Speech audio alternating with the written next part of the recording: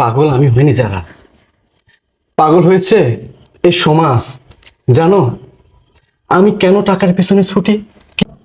আমি যখন অনেক ছোট ছিলাম, আমার বাবা একটা ভালো চাকরি করত, সরকারি চাকরি ছিল না, প্রাইভেট ফার্মে। তারপরও আমাদের পরিবারে কোনো অভাব ছিল না। একদিন আমার বাবা স্ট্রোক করে প্যারালাইসিস হয়ে যায়। সংসার চালানোর দায়িত্ব পড়ে আমার মায়ের কাঁধে। আমার বাবার চিকিৎসা, আমার পড়াশোনার খরচ চালানোর জন্য মাসে একটা অফিসে চাকরি নাই। কিন্তু ভাগ্যের কি নির্মম পরিহাস জানো জানা, আমার মার দুর্বলতার সুযোগ নেই অফিসের বস। আমার মা বাসা আসতে অনেক লেট করে, কিন্তু আমার অসুস্থ বাবা এগুলো মেনে নিতে পারে না।